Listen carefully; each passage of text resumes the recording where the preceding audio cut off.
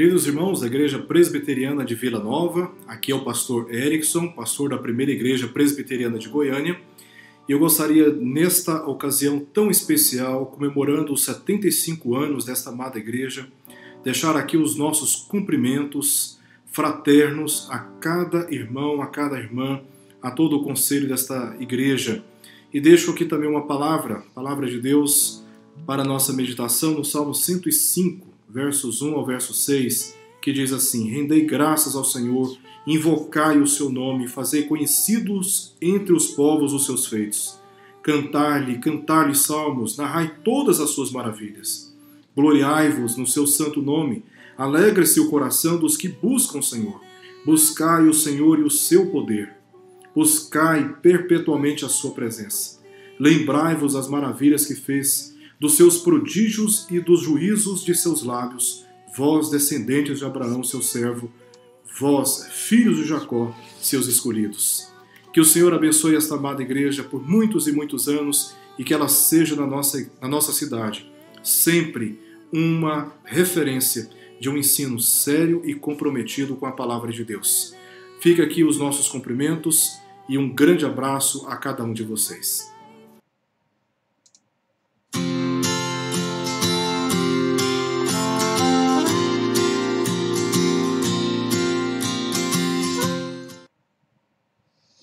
Olá, boa noite. Nós estamos fazendo aqui uma gravação do estudo de número 3, ou da aula de número 3, do nosso curso Incomparável Cristo. São os estudos bíblicos de quarta-feira à noite da Igreja Presbiteriana de Vila Nova, em Goiânia, Goiás. Estamos trabalhando já há 2 semanas o Incomparável Cristo do Dr. John Stott, um pastor anglicano falecido recentemente, e neste livro ele trata 4 apresentações da pessoa de Jesus, como o Novo Testamento fala a respeito de Jesus, como que a igreja antiga, em várias épocas, falou a respeito do Senhor Jesus, às vezes com fidelidade, às vezes não não tão fiel assim no seu testemunho. Depois ele fala do impacto da pessoa e da vida de Jesus na vida de algumas pessoas específicas e como esse impacto da vida de Jesus na vida delas fez com que elas tivessem um impacto forte na vida de outras pessoas e na história da igreja e do mundo então. E por fim, em quarto lugar, ele apresenta a visão, ele apresenta 10 visões a respeito de Jesus dentro do livro de Apocalipse, que ele chama de o Jesus Eterno. Nesse encontro dessa noite, eu quero tratar sobre, então, a primeira parte de uma série de 3 estudos sobre Jesus e o apóstolo Paulo, dentro deste livro, O Incomparável Cristo, do Dr. John Stott. Ele trata da relação de Jesus com Paulo nesse livro de 3 formas. Primeiro, Jesus nos escritos de Paulo, Jesus e Paulo, as 3 epístolas, uma introdução, e Gálatas. Depois, na semana que vem, nós vamos tratar sobre 1ª e 2ª Tessalonicenses, Romanos, 1ª e 2ª Coríntios. E na terceira semana, vamos falar sobre as chamadas cartas da prisão e as pastorais, Efésios, Filipenses, Colossenses, Filemon e 1ª e 2ª Timóteo, e também a carta de Tito. Hoje nós vamos falar um pouco sobre a relação de Paulo com Jesus e a epístola aos Gálatas. Há um questionamento no nosso tempo, e isso é muito visto na mídia externa à igreja, se Paulo era um seguidor de Cristo ou ele era de fato ou se ele foi de fato o verdadeiro fundador do cristianismo. Algumas pessoas acham que o cristianismo que nós conhecemos hoje não é o que Jesus ensinou, mas é algo que veio da mente de Paulo, convertido ao cristianismo posteriormente. E algumas colocações são feitas para defender a tese de que Paulo é o fundador do cristianismo e não o próprio Cristo, porque nos escritos de Paulo há algumas omissões. Por exemplo, nada é dito a respeito do batismo de Jesus. Paulo não fala absolutamente nada sobre a transfiguração que Pedro menciona na sua primeira epístola. Paulo não menciona nenhuma das parábolas do Senhor Jesus Cristo nas suas epístolas e ele não menciona qualquer dos milagres de Jesus em qualquer uma das suas cartas. Entretanto, todas as ênfases doutrinárias de Jesus Cristo são encontradas nos escritos de Paulo com muita abundância, e isso é fácil de perceber. Há uma unidade no ensino de Jesus e Paulo que é muito fácil de ser percebida ao ler os livros de Paulo. Por exemplo, a escatologia do reino. Jesus fala que o reino já chegou, mas ainda não.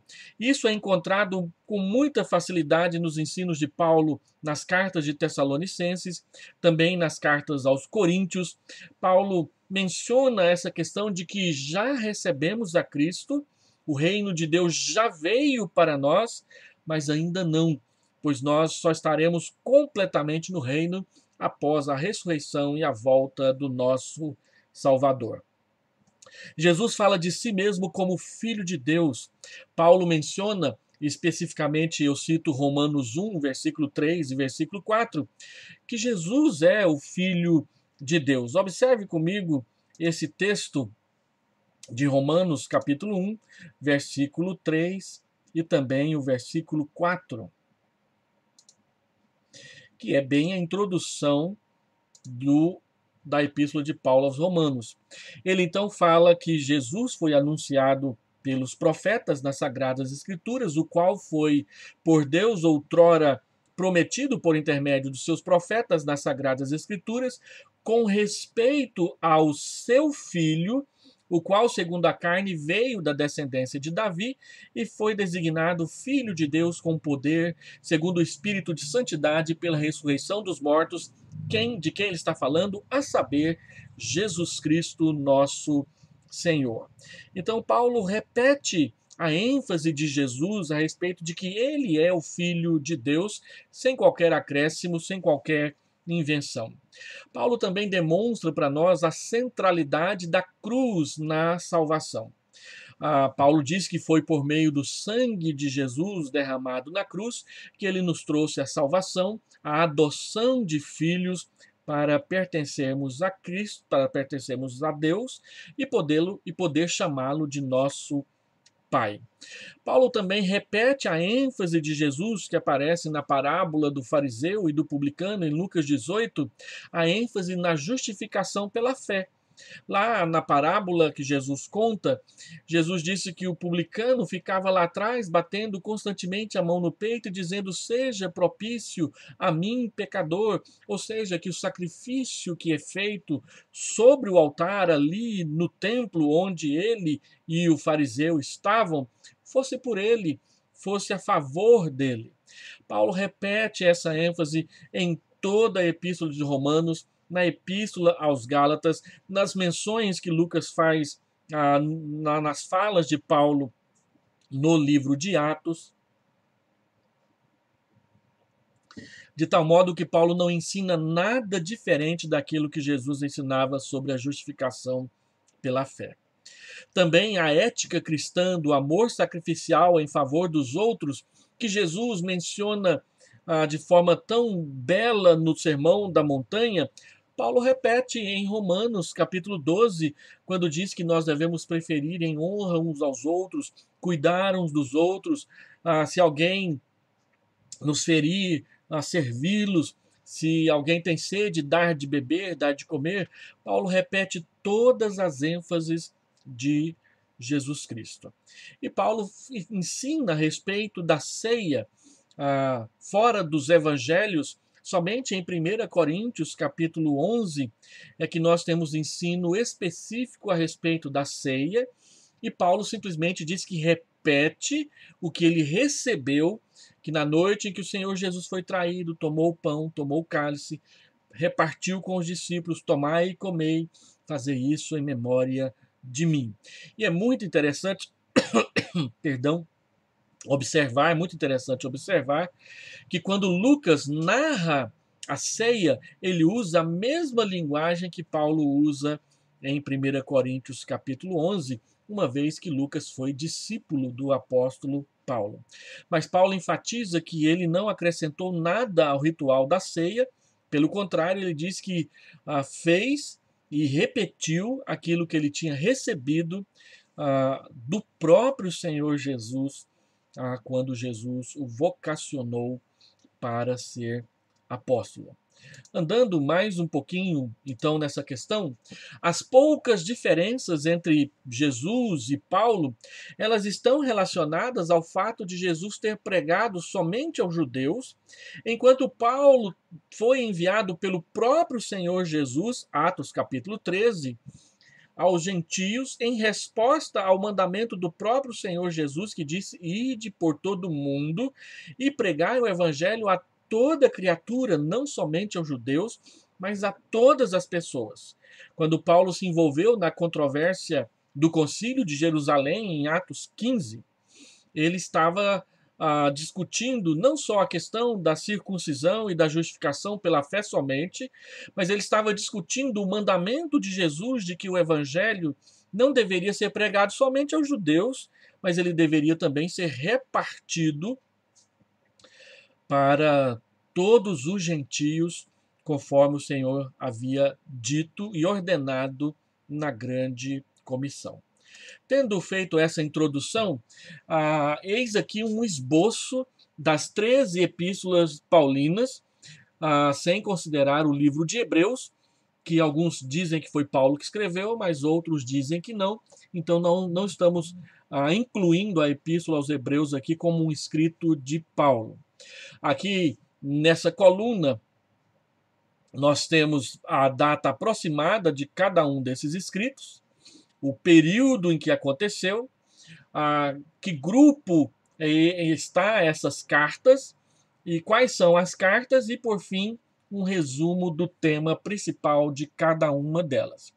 Então, por volta do ano 48 e 49, ali pelo fim da primeira viagem missionária, Paulo escreveu a sua primeira carta, que foi aos Gálatas, uma carta polêmica e que apresenta Cristo como o libertador, o Redentor, aquele que perdoou os nossos pecados na cruz, nos justificando por meio da fé.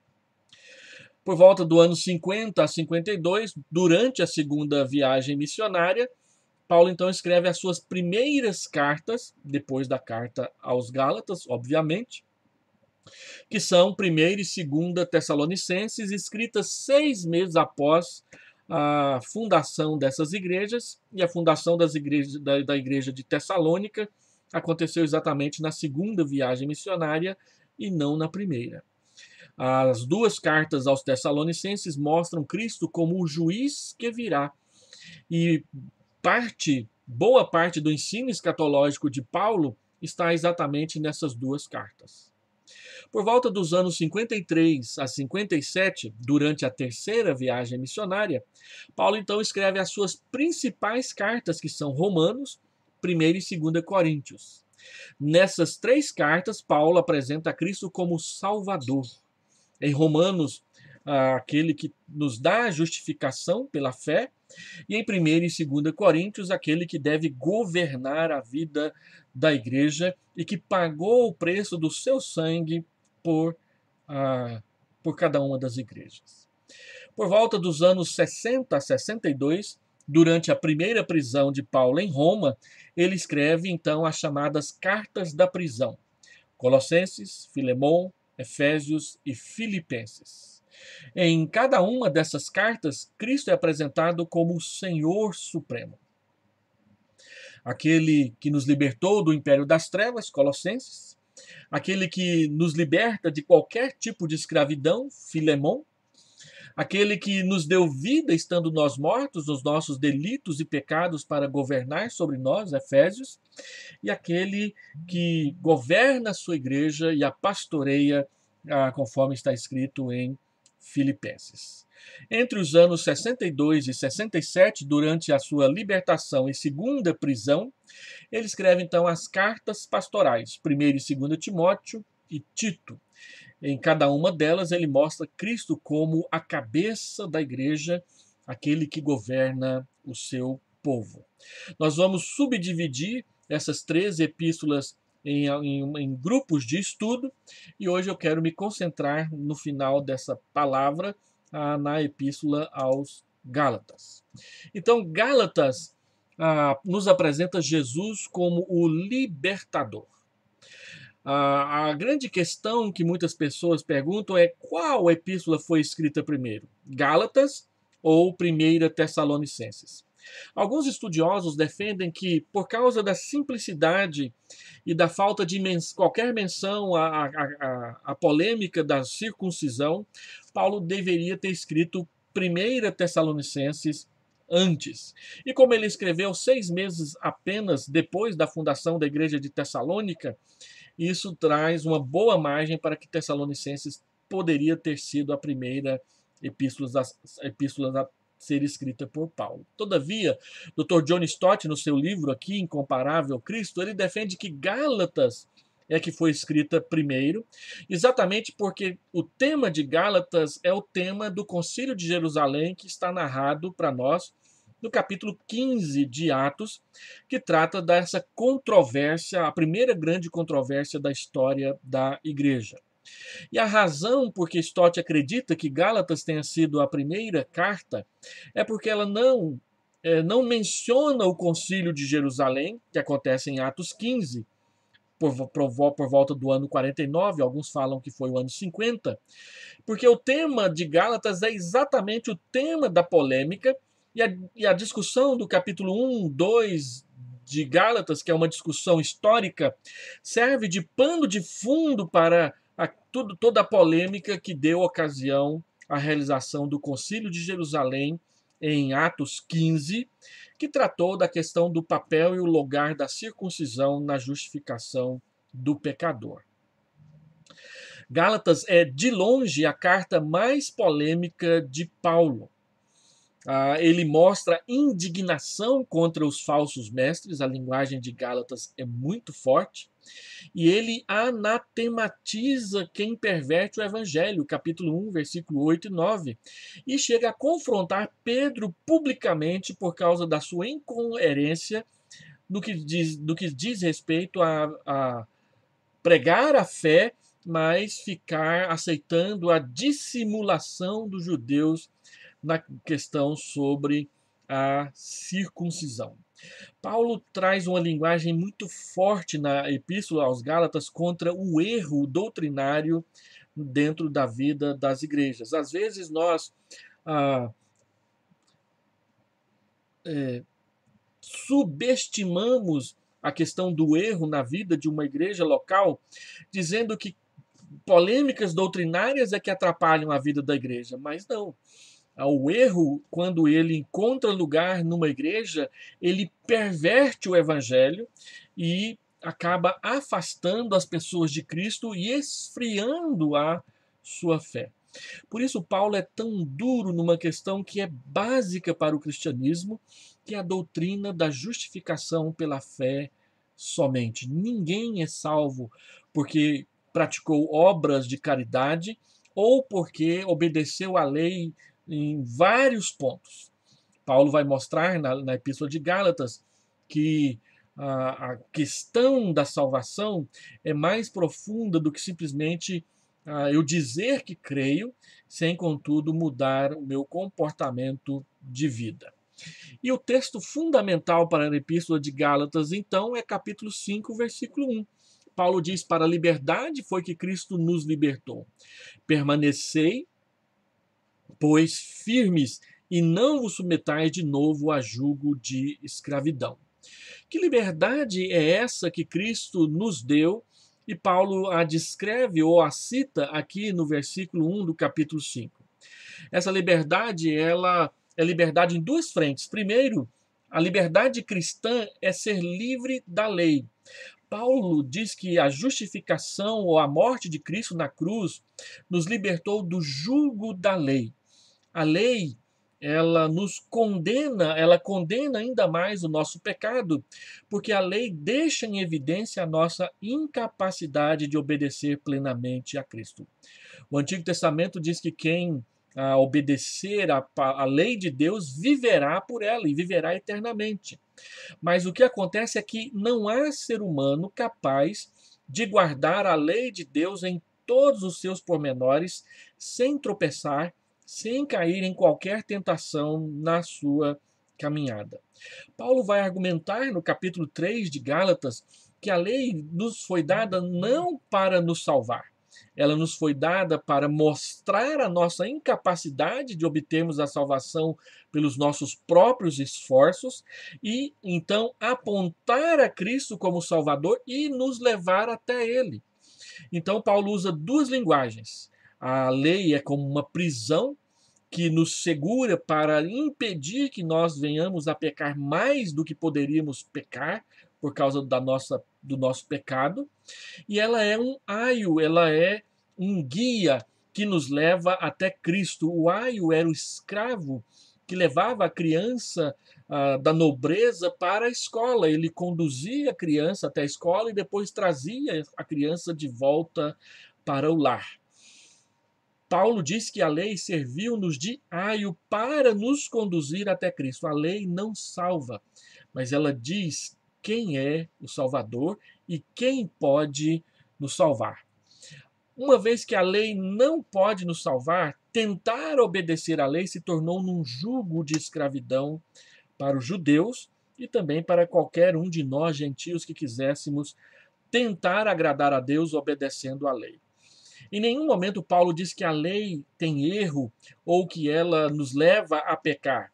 O que Paulo diz é que a lei é santa, boa e perfeita, mas ela não foi dada com o propósito de salvação, e é nesse ponto que ele diz que a lei estava enferma, uma vez que ela é um objeto que nos é dado do lado de fora e não é colocada dentro de nós. Por outro lado, o novo nascimento operado pelo Espírito Santo em razão do sacrifício de Jesus Cristo na cruz, ele pode nos salvar porque ele opera a mudança na nossa vida de dentro para fora, uma vez que o Espírito Santo veio habitar em nós. O segundo ponto da liberdade cristã, então, é ser livre da carne. Carne, em Gálatas, é exatamente a nossa natureza humana pecaminosa. A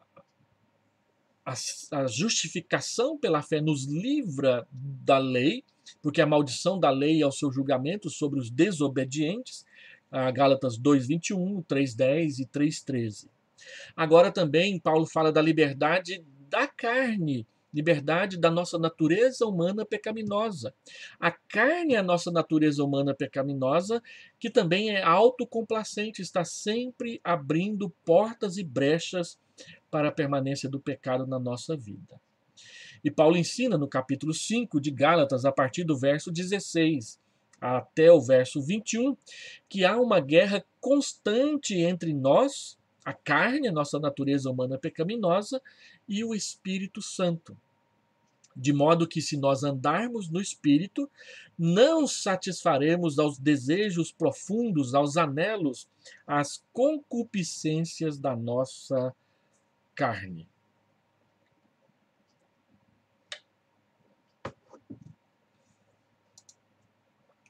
Para vencermos esse conflito contra a carne, é preciso andar no Espírito e viver para o Espírito.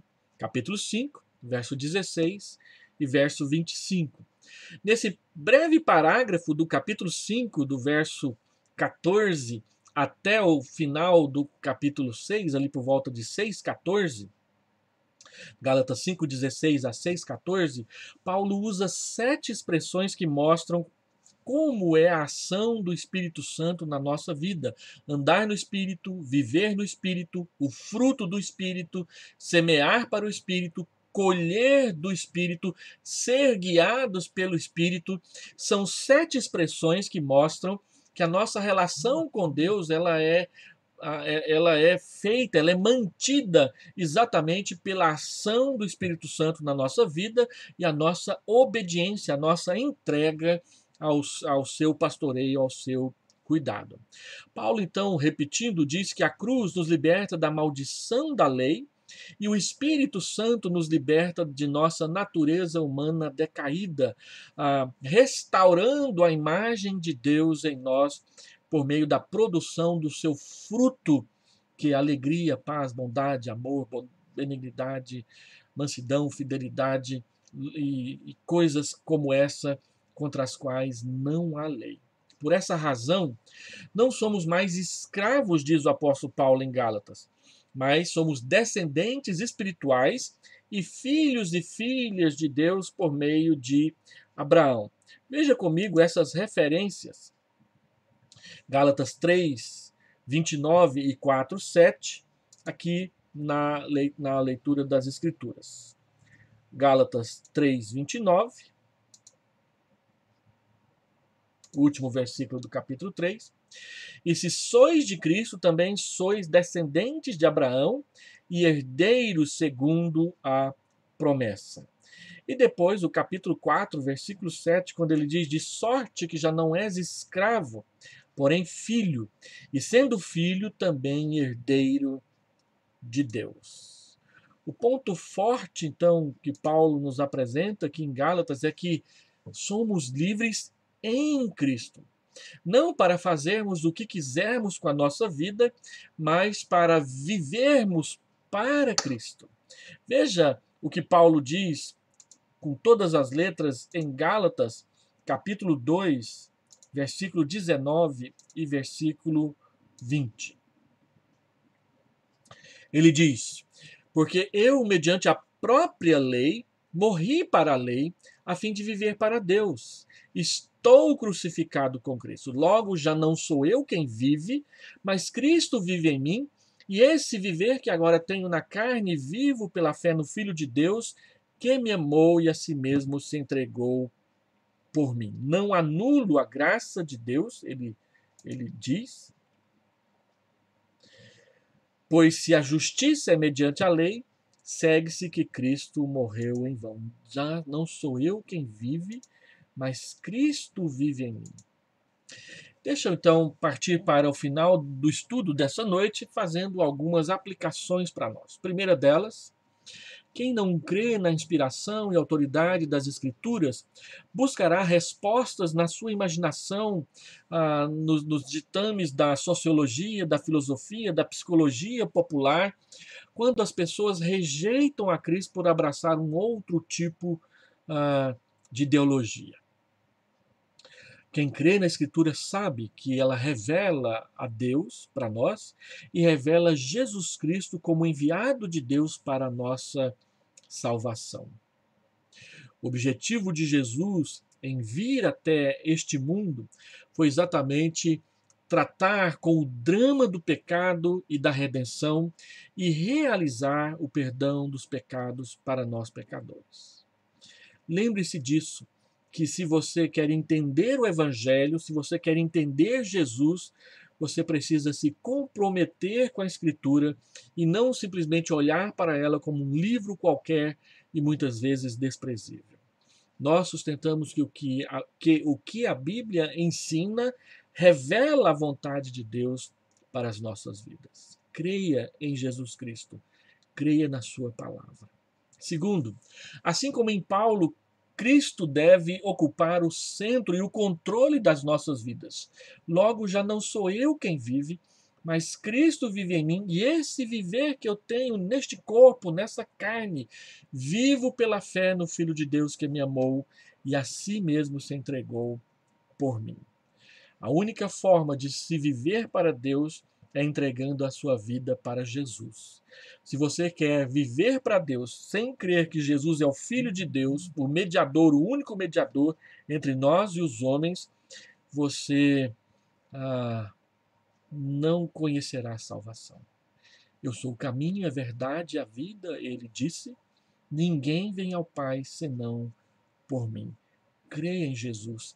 Entregue o governo da sua vida nas suas mãos. E por último, aqueles que entregaram o governo das suas vidas nas mãos de Jesus precisam estar conscientes de que não são escravos, mas livres.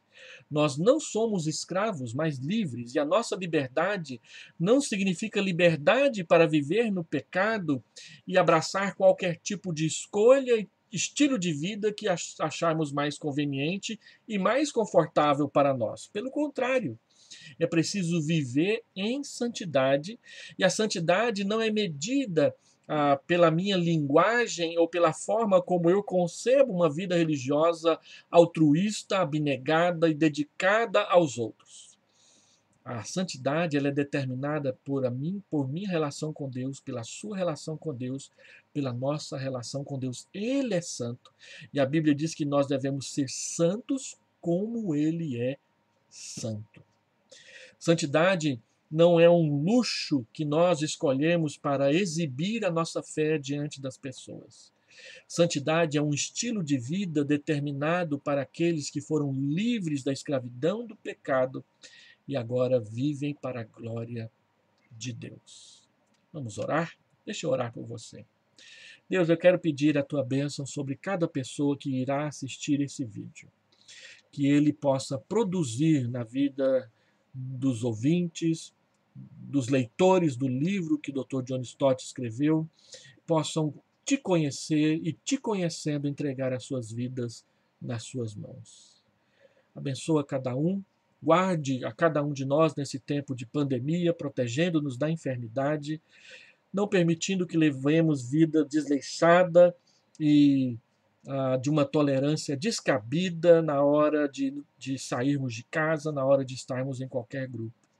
Mas que tomemos os devidos cuidados, respeitando a lei e, principalmente, Senhor Deus, sabendo que não podemos nos esconder uns dos outros, mas devemos cuidar uns dos outros, ainda que seja necessário enfrentar uma enfermidade. Coloca no nosso coração o desejo de te servir, servindo aos outros. Nós oramos em nome de Jesus. Amém. Então, lembre-se que nós temos um encontro marcado na próxima quarta para a continuidade desses estudos bíblicos, todas as quartas-feiras, às 19h30, aqui no canal IP de Vila Nova. Se você ainda não está inscrito no canal, inscreva-se. Nós estamos quase chegando a 1.000 inscritos no canal. Estamos com 927 inscritos no canal e você pode ser o próximo. Quando chegarmos a 1.000 inscritos efetivos, o YouTube abrirá novas ferramentas para melhorarmos e avançarmos, diversificarmos um pouco mais as nossas transmissões. Deus te abençoe. Até a próxima.